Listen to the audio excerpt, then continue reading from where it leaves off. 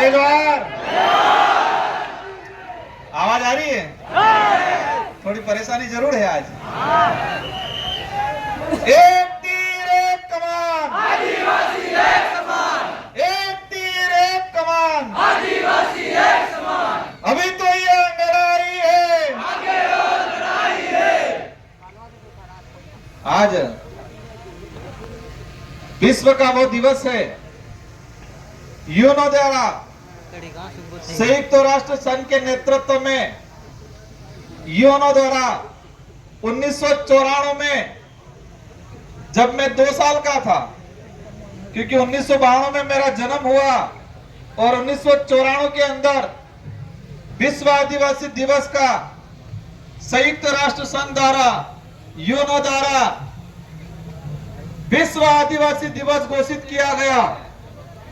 और उसी के उपलक्ष्य में आज हम विश्व आदिवासी दिवस 2024 के अंदर मना रहे हैं। एक ये सोचने वाली बात है, विश्व आदिवासी दिवस क्यों घोषित हुआ, किस लिए घोषित हुआ, इसका उद्देश्य क्या था।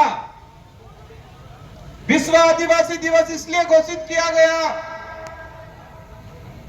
कि पूरे विश्व के अंदर किसी भी देश में हो, श्रीलंका में हो, अफ्रीका में हो, जापान में हो, भारत में हो, आदिवासी समुदाय के साथ, जल जंगल जमीन के साथ, आदिवासी समुदाय की संस्कृति, आदिवासी समुदाय की धर्म परंपरा रीति रिवाज, इनको कहीं न कहीं खत्म किया जा रहा था। इनके साथ अन्याय हो रहा था, इनके साथ छुआछूत हो रहा था, भेदभाव हो रहा था। तो यूएनओ ने विचार किया, यूएनओ के अंदर कई देश के प्रतिनिधित्व सम्मिलित होते हैं। इन्होंने विचार किया कि मानव जीवन को बचाना है तो जल जंगल जमीन को बचाना पड़ेगा, और जल जंगल जमीन को बचाना है तो आदिवासी समुदाय को बचाना पड़ेगा। यह निर्णय किया था और इसीलिए विश्व आदिवासी दिवस की घोषणा की 1994 के अंदर यूएनओ ने। यह एक महत्वपूर्ण दिवस है। हमारे जितने जो त्योहार है, होली है, दिवाली है, रक्षाबंधन है, कोई भी त्योहार है, इन सारे त्योहारों से सबसे बड़ा त्योहार यह विश्व आदिवासी दिवस है। मैं आदिवासी परिवार की विचारधारा भील प्रदेश विद्यार्थी मोर्चा इस विचारधारा को धन्यवाद देता हूं कि हमारे इलाके के अंदर 2015 से यह संगठन ने काम किया, संघर्ष किया, जनता को बताया, नेता को बताया कि विश्व आदिवासी दिवस घोषित किया गया है यूएनओ के द्वारा 1994 में। 1994 से 2015 तक हमारे भारत के किसी भी कोने में नहीं मनाया जा रहा ढंग से। कोई भी सरकार, कोई भी नेता इस दिवस को मनाने की रुचि नहीं ले रहा है। और भील प्रदेश विद्यार्थी मोर्चा, आदिवासी परिवार, अन्य सामाजिक संगठनों द्वारा शुरुआत किया। मुझे वो दिन याद आ रहा है कि डूंगरपुर जिले के अंदर 2016 में हम विश्व आदिवासी दिवस मनाने के लिए स्पोर्ट कॉम्प्लेक्स मांगा, लक्ष्मण मैदान मांगा, और प्रशासन ने हमको कहा कि ये दिवस नहीं मना सकते हो, हमको नहीं मनाने दिया। हमने गोकुलपुरा में जाके एक प्राइवेट आदमी की जमीन पे मनाया। सरकार ने कहा कि आप सरकारी किसी भी जमीन पे, किसी भी ग्राउंड में, किसी भी कार्यालय में विश्व आदिवासी नहीं मना सकते हो। 2015 की बात है। 2016 में हमने छोटे पैमाने पे मनाया, और उस कार्य को जो आज बरकरार है, इस विचारधारा को धन्यवाद देना चाहूंगा। उस विचारधारा की वजह से 2018 के अंदर डूंगरपुर जिले के अंदर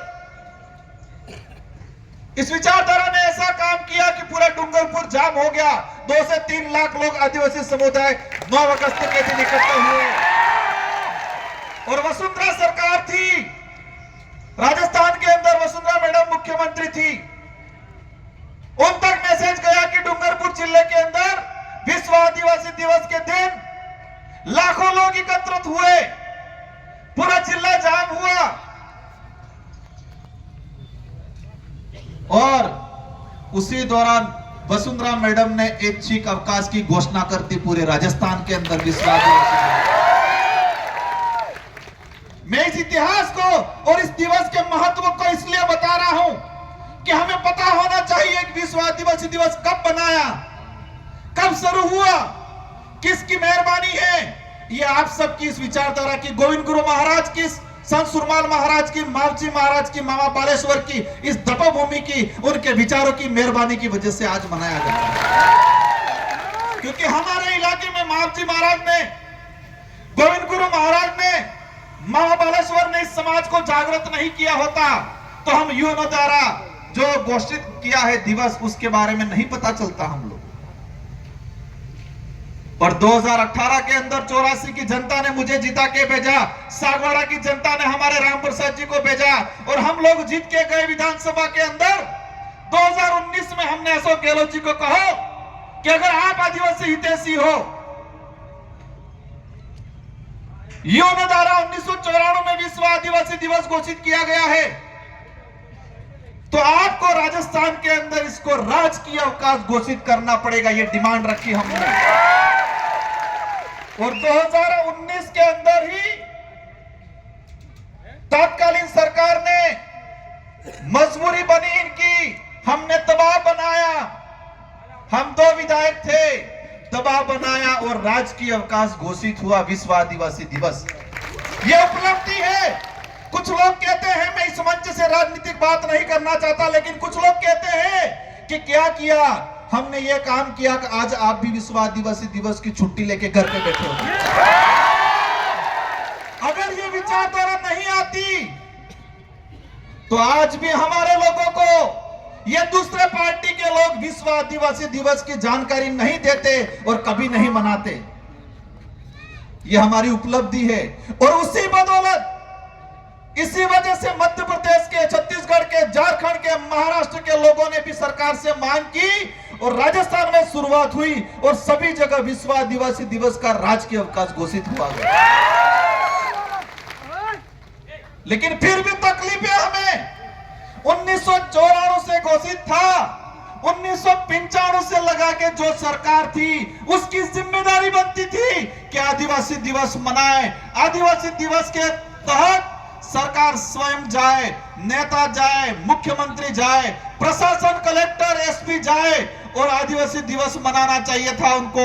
और उस दिन आदिवासियों के संवैधानिक अधिकार की जानकारी देनी चाहिए थी उन लोगों को। शेड्यूल 5 के अंदर आरक्षण का कितना प्रावधान है, पैसा एक्ट क्या है, रूढ़िगत ग्राम सभा का क्या पावर है, सरकार की क्या योजना है आदिवासी समुदाय के लिए, केंद्र सरकार कितना पैसे देती है टीएडी के तहत, राज्य सरकार कितना पैसा देती है, यह आदिवासी समुदाय को बताने की जरूरत थी, लेकिन इन लोगों ने नहीं बताया, आज तक नहीं बताया। और आज भी दुख की बात है, राजस्थान के अंदर सरकार है भाजपा की, मुख्यमंत्री है, हमारे टीएडी मंत्री बनाए हैं। हमें पता है हमारे एक विधायक की डेथ हुई सोलंबर वालों की, हम भी शोक व्यक्त करते हैं, हमें भी तकलीफ है। लेकिन ये यूएनओ द्वारा राजकीय अवकाश घोषित किया गया था तो इनकी जिम्मेदारी बनती थी कि आदिवासियों के बीच में आए, आदिवासियों की समस्या जानते, आदिवासी कितना विस्थापित हो रहा है, राजस्थान में संविधान के आधार पर कितना आरक्षण होना चाहिए, कितना मिल रहा है, संवैधानिक जानकारी देने की जरूरत थी, आदिवासियों की समस्या सुनने की जरूरत थी आज के दिन। लेकिन आज वर्तमान में जो सरकार में बैठे हैं, एक भी मंत्री संतरी कहीं पर भी विश्व आदिवासी दिवस नहीं मना रहा और बात करते हैं कि हम आदिवासियों का भला चाहते हैं। कुछ लोग कहते हैं इस इलाके में माहौल बिगड़ गया है, सुना होगा आपने। क्या कहते हैं, इस इलाके में माहौल बिगड़ गया है। मैं कहता हूं बिल्कुल तुम्हारा जो लूटने का तरीका था वो बिगड़ गया, इसलिए तुमको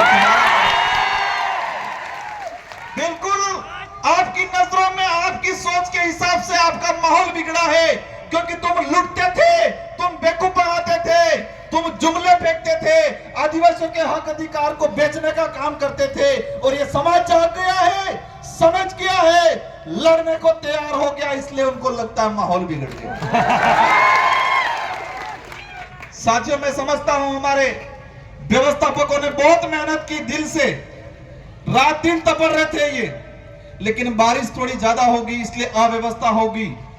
मैं समझ रहा हूं, मुझे तकलीफ है इस बात की, लेकिन बांसवाड़ा के इतिहास में पहली बार विश्व आदिवासी दिवस जिला मुख्यालय पे और इतने बड़े पैमाने पे मनाया जा रहा है, और आज उस इतिहास के आप गवाह हो। और आने वाली पीढ़ी इसी जिला मुख्यालय पे हम सब आने वाले साल धूमधाम तरीके से दोबारा मनाएंगे। और जितनी असुविधा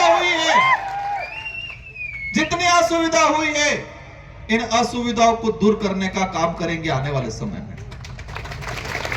कुछ बड़े नेताओं का, कुछ हमारे समाज का सर्टिफिकेट लगा के नौकरी लग गए, वर्दी पहन ली, व्हाइट ड्रेस पहन ली, वो कहते थे हमको निमंत्रण नहीं आए। मैंने कहा भाई, मेरे या किसी की शादी नहीं है कि निमंत्रण भेजेंगे। हमारे पुरखों के संघर्षों की वजह से, हमारे पुरखों के लोकतांत्रिक गणराज्य व्यवस्था की वजह से यूएनओ ने यह दिवस घोषित किया गया है। यह हमारा सबका दिवस है, यह किसी एक का कार्यक्रम नहीं है, यह हमारा सबका कार्यक्रम है। हमारी सबकी जिम्मेदारी बनती है कि हम विवेक से, हम स्वेच्छा से आए, इस दिवस को धूमधाम तरीके से मनाएं। एक बात तकलीफ होती है, आज विश्व आदिवासी दिवस का राजकीय अवकाश घोषित किया गया। कर्मचारी भाई घर पे जाके सो रहो करेंगे, बाकरा की ही ने सप की ही सोए। अगर भाई ये विचारधारा ने काम नहीं किया होता, हमारे पुरखों ने संघर्ष नहीं किया होता, तो 1994 में यूएनओ द्वारा विश्व आदिवासी दिवस घोषित नहीं हुआ होता। और विश्व आदिवासी दिवस घोषित नहीं हुआ था तो हम 2015 से 18 तक संघर्ष नहीं करते, और हम संघर्ष नहीं करते तो हो सकता है विश्व आदिवासी दिवस की आज छुट्टी नहीं मिली होती, और तुम तुम्हारे बॉस की गालियां सुनते होते, आज किसी न किसी फाइल को दिया होता, कोई न कोई काम दिया होता। लेकिन आज अवसर मिला है तो आपकी जिम्मेदारी बनती है, हम ये नहीं करें कि आप इस कार्यक्रम में आओ, लेकिन मैं आने वाले समय के लिए भी हमारे कर्मचारी, अधिकारियों, भाई, नेताओं से कहना चाहूंगा, विश्व आदिवासी दिवस की छुट्टी मिली है तो आपकी जिम्मेदारी बनती है कि उस दिन आप अपने परिवार को बताओ, अपने गांव में बताओ कि आदिवासी दिवस क्यों मनाया जा रहा है, कब घोषित हुआ, इसका उद्देश्य क्या है। आदिवासी समुदाय के लिए संविधान में क्या प्रावधान है, कितना आरक्षण मिल रहा है, जल जंगल जमीन के लिए कौन लड़ रहा है, ये आपको आपके परिवार में, आपके गांवों में बताने की जरूरत है। लेकिन वो कई जने तो बता रहे हैं, कई जने घर पे बैठे डरते हैं, वो डरते डरते ही चले जाएंगे। Very good. हमें, हमारा फर्ज है उनको जगाना है, क्योंकि ये लड़ाई मेरे अकेले की नहीं है, आपके अकेले की नहीं है, लड़ाई सबकी है। ये लड़ाई सिर्फ आदिवासी समुदाय की नहीं है, ये लड़ाई मानव मात्र की है, हर धर्म, हर समुदाय, हम सबकी लड़ाई है। क्योंकि आदिवासी जो लड़ाई लड़ रहा है, प्रकृति को बचाने की लड़ाई लड़ रहा है, और प्रकृति रहेगी, जल जंगल जमीन रहेगा तो ऑक्सीजन सबको मिलेगी, और ऑक्सीजन सबको मिलेगी तो जिंदा सब रहेंगे, और ऑक्सीजन नहीं मिलेगी तो जिंदा कोई नहीं रहेगा। इसलिए हम सबकी जिम्मेदारी है। इस मंच से हमारे पूर्व, सबसे पहले यहाँ विधायक थे, उनकी जो पोती आई है, उनको धन्यवाद देना चाहूंगा। हमारे बीच में किसान आंदोलन के नेता भाई साहब, प्रोफेसर साहब को नमन करना चाहूंगा। हमारे अतुल जी मीणा आए हैं, सारे जो मंच पे विराजमान है उनको धन्यवाद देना चाहूंगा। दो सांस्कृतिक टीम आई, एक असम से आई, इनसे हमको सीखना चाहिए।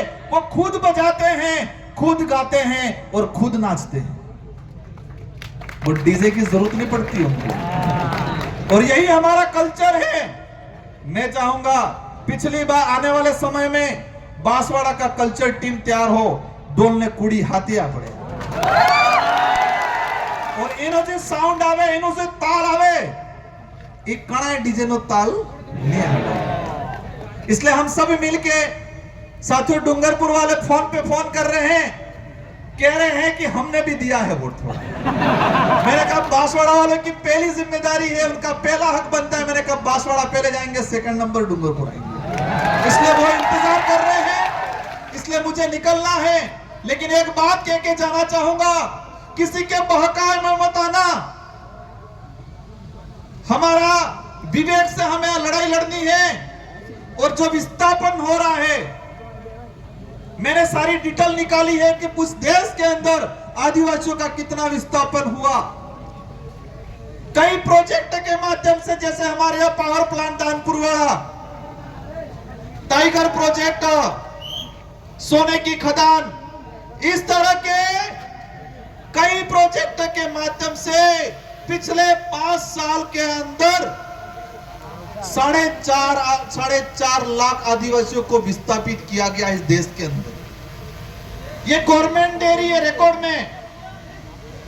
ये हमारे लिए एक दुखद बात है। पावर प्लांट वाली लड़ाई है, हमें संवैधानिक तरीके से इसको लड़ना है, क्योंकि ये प्रोजेक्ट हो, दूसरा प्रोजेक्ट हो, भविष्य में नुकसान हुआ आने वाले आसपास के 100 किलोमीटर वाले लोगों को इसकी परेशानी का सामना करना पड़े। हमारे कई साथी जेल में गए, हेमंत भाई भी जेल में गए। मैंने कहा है उनको, देखो इतिहास उठा के देख लो, आजादी से पहले कौन जेल में गया? जिन्होंने अंग्रेजों के खिलाफ लड़ाई लड़ी थी, गलत नीतियों के खिलाफ लड़ाई लड़ी थी। आने वाले समय में आपको भी, आने वाली पीढ़ी विचार करेगी कि इस प्रोजेक्ट के पक्ष में कितने थे, इसके विरोध में कितने थे। आपका सबका आने वाली पीढ़ी परीक्षा करेगी, समझेगी कि हकीकत क्या है। साथियों, बिल प्रदेश की लड़ाई को बुलंद करना है। कुछ लोग कहते हैं कैसे बनेगा बिल प्रदेश? हम कहते हैं गोविंद गुरु महाराज, मावजी महाराज, मामा बालेश्वर के आंदोलन में ताकत है, उनके विचारों में ताकत है। उनके विचारों को हम आगे बढ़ाएंगे और अवश्य बिल प्रदेश बनेगा एक न एक दिन, आप चिंता मत। धीरे धीरे उसी लाइन पे आ जाएंगे।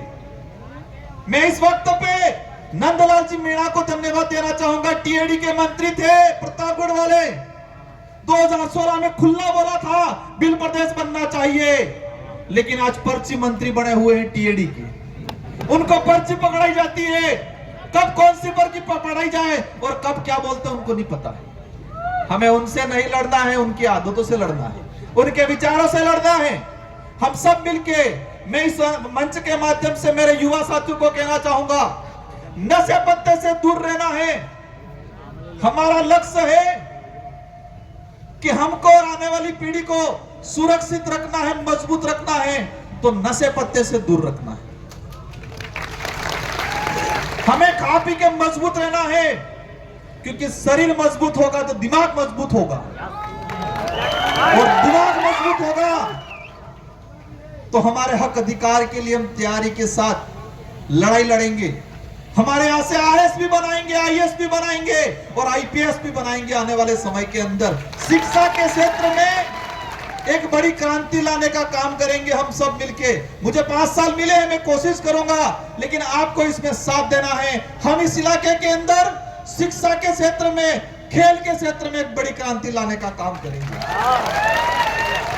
इसलिए आप सभी को खूब खूब धन्यवाद। जितने जो साथी आए हैं सबको शांतिपूर्वक तरीके से जाना है। हमारे उदय भाई की टीम आई है, वो बच्चे इतनी शानदार कार्यक्रम करते हैं, इनका कार्यक्रम है, बाकी वक्ता भी है, इन सबको सुनना है। और साथ ही आप सभी को शांतिपूर्वक, अव्यवस्था जरूर हुई है, लेकिन अव्यवस्था से ही हम आगे बढ़ेंगे। हम एसी कूलर में फर्स्ट क्लास रहने वाले नहीं है। परेशानी तकलीफें सहेंगे, संघर्ष करेंगे तो हम आगे बढ़ेंगे। इन्हीं शब्दों के साथ आप सबको विश्व आदिवासी दिवस की हार्दिक शुभकामनाएं। हम सबको संवैधानिक अधिकारों को लेके, जल जंगल को लेके, शिक्षा को लेके, संवैधानिक जो आरक्षण प्रावधान है उसको लेके लड़ाई लड़नी है। और इन्हीं शब्दों के साथ आप सबको धन्यवाद। शांतिपूर्वक आए हो, शांतिपूर्वक सबको जाना है।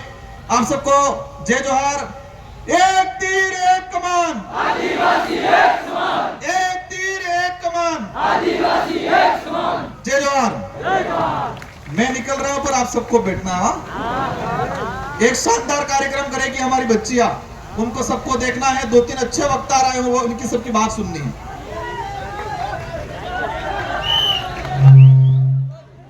बहुत बहुत धन्यवाद।